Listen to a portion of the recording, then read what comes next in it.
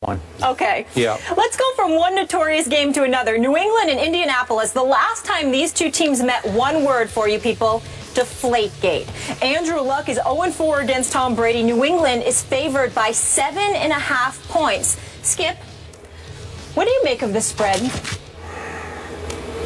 Stephen A. Smith, you're going to be surprised, possibly, by my answer here.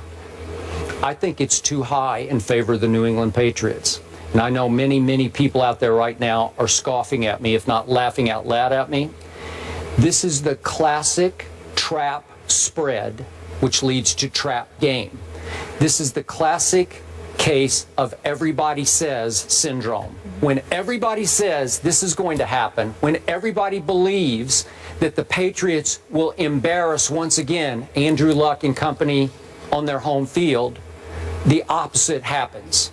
We've done it a couple of games already this year. Eagles at Jets. Remember, I said everybody is saying that the Jets are going to embarrass the Eagles, if not take Sam Bradford out.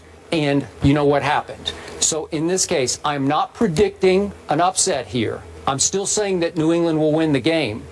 But I'm going to say it's going to be closer at this moment, reserving the right to change. It's only Tuesday. But I'm going to say it's much closer than the 7.5-point spread, and here's why.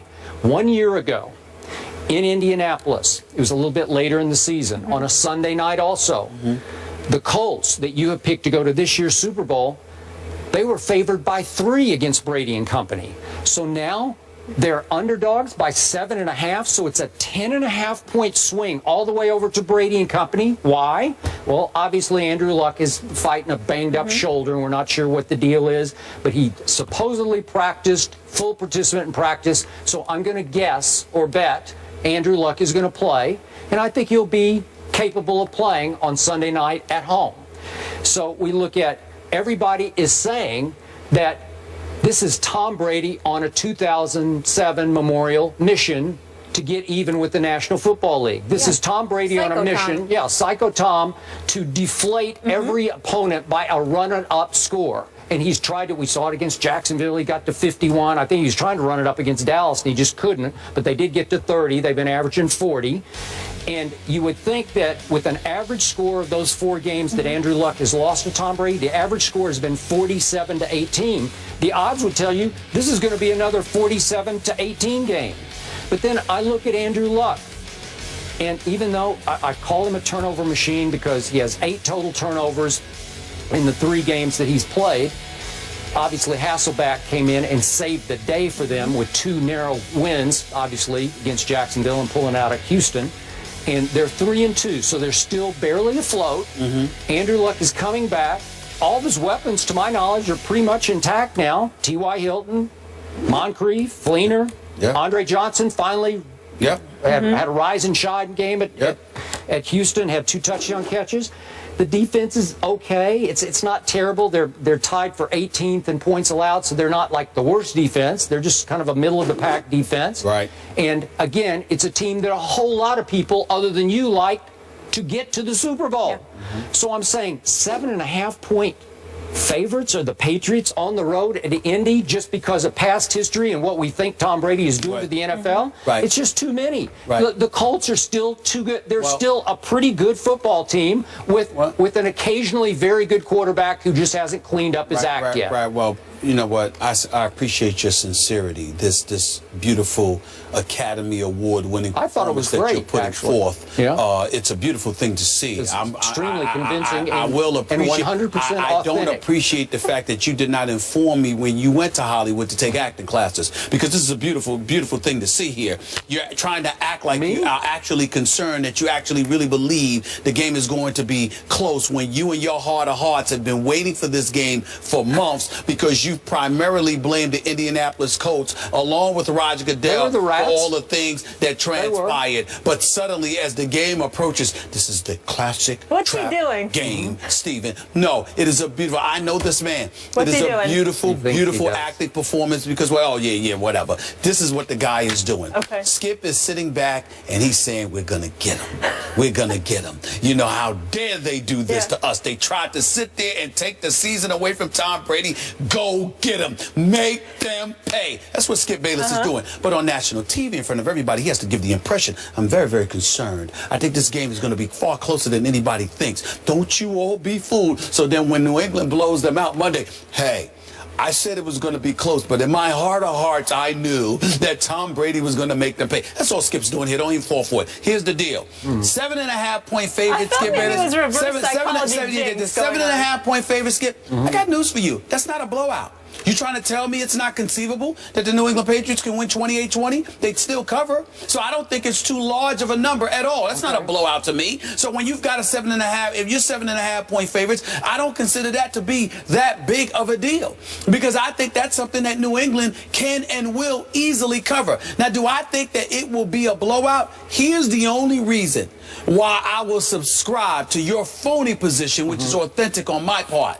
The fact that you've got a Frank Gore averaging, the fact that you have a Frank Gore averaging 4.3 yards a carry. That's pretty good. And he's very experienced, and he's got a lot of guts. Okay. And you're going up against a New England defense. Yeah, you understand that you can run on them. Sure. You can run on them. So that's an issue. So that's an issue in Indianapolis' favor. Keep going. When I look at the Indianapolis Colts wide receivers, it's T.Y. Hill averaging 10 receptions a game. It's Dante Moncrief averaging more than 7 receptions a game. It's Andre Johnson, even though he just had 7 of his 27 receptions last week against Houston. He's got 27. You've got Fleener. He's got it. Who's Andrew Luck's favorite? Kobe Fleener from Stanford. Right. All I'm saying to you is that I can understand anyone who makes the argument that it's going to be close. Here's why I think the Patriots are going to win by a minimum of 14 points. A minimum of 14 points.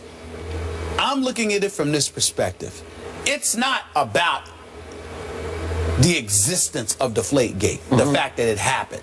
It's not even about the fact that the Colts were the quote-unquote rats, to use your word. Or we can call them whistleblowers. Whistleblowers, whatever. Yep.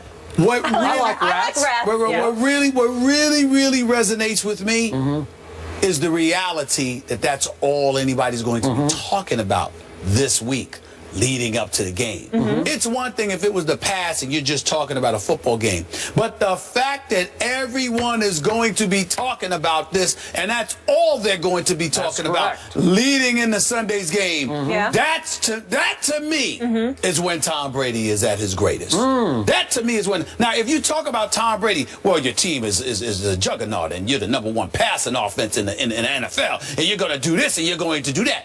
That's entirely different. You can get to Tom Brady then. But when you annoy him because you have villainized him all week long, and you are the primary target, you are the cause of this, you are the instigator of this, and he has an opportunity to go up against you, it's another ball game. Perfect example, Skip Bayless. It's not a perfect example, but I'm just going to crystallize it. You remember how you keep pointing out what Tom Brady did to that cornerback from the Steelers years ago when he was chirping about Tom Brady? Smith, right?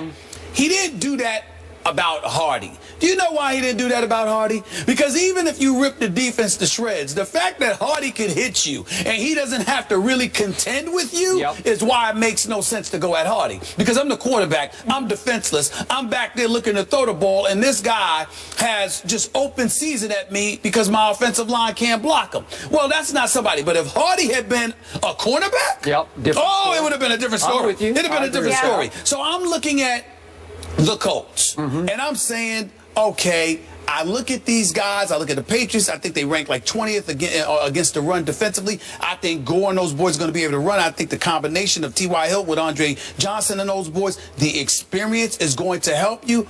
But ultimately, in the end, you have a Colts defense that I don't believe is going to have an answer for what the Patriots are going to throw at them, while the Patriots defense is opportunistic, fully capable of making plays at the most opportune times, and I think the combination of those two things will have the game close for a little while, but I think ultimately they pull away, and I think the Patriots are going to win this game along the lines of 40-21. 40-21 by 19 points. But that's what I'm predicting, but I'm saying it's a minimum of 14. I'm having a hard time here. Aren't we still talking about Andrew Luck, Luck, first ballot Hall of Famer? You've told me again and again, you've beaten me down with the fact that he's already a superstar. How many seasons have Tom Brady played? I don't care. We're talking about Andrew Luck. What I'm saying to you is Andrew Luck is in his fourth year. Yep. I believe he's going to have a career spanning 18 to 20 years. How long is the honeymoon? 7 years? 8 years? I don't call it a 10 years? honeymoon. Maybe 10. Maybe he needs double digits, and then we'll start saying, maybe we should evaluate him more carefully. I don't call it a honeymoon when I was just on the record last week saying that it was a poor performance, a couple of weeks ago by him. He hasn't looked like himself, and he needs to stop turning the damn ball over. I've said that. We all know that Andrew Luck can play better, that he was turning the ball over entirely too much, that he was hurting his team, and that Matt Hasselbeck has looked good as his replacement, even though there is no quarterback controversy like some people I know would bring up. Who would? Okay, you. So the point is that we also don't know if Luck is completely healthy. Say what? We also don't know if Luck is completely healthy. I don't know wait, if if Hasselbeck's playing, then I think the Colts should be favored in this game. But that's just me. Go ahead. Keep talking. You know what? Listen, when you're joking, have some conviction. When you're joking with America, you need to say that you're joking. You need to say. We can't tell that you're joking. They looked way better with Matt Hasselbeck. They turned it over 0 in 2 straight games. So what? He has no turnovers. Just because they look better with Matt Hasselbeck over 2 games doesn't make him a better quarterback than Andrew Luck. I want you to back this man with some conviction. Well, I think that Andrew Luck is... So you're telling me he's going to lose again 40-21 with he's lost by an average score of 47 I wouldn't be surprised. 18? I still expect them to make the playoffs, and I still expect Andrew Luck, when all is said and done, when I probably ain't going to have any more here, and I'm going to be close to 60, Andrew Luck would have been in the league 12 to 15 years, and he'll be en route to a Hall of Fame career, and obviously he will have a Super Bowl championship by that time as well, as long as Grigson and those boys start getting the right pieces around him. Okay, who sat right here in this chair on a football Friday and said, I think the Eagles are going to go to the Jets and upset them? Who said that? That was you. That was me. Thank you very much. And that was way against the grain. That's a laughable pick. Am I right? I'm sitting here now, not saying that the Colts are going to win, but I kind of like the Colts plus 7.5 at home. With your pride on the line, you've been embarrassed by this team. You've been humiliated by this team 4 straight times. And Andrew Luck will finally walk into a football game with 0 expectations.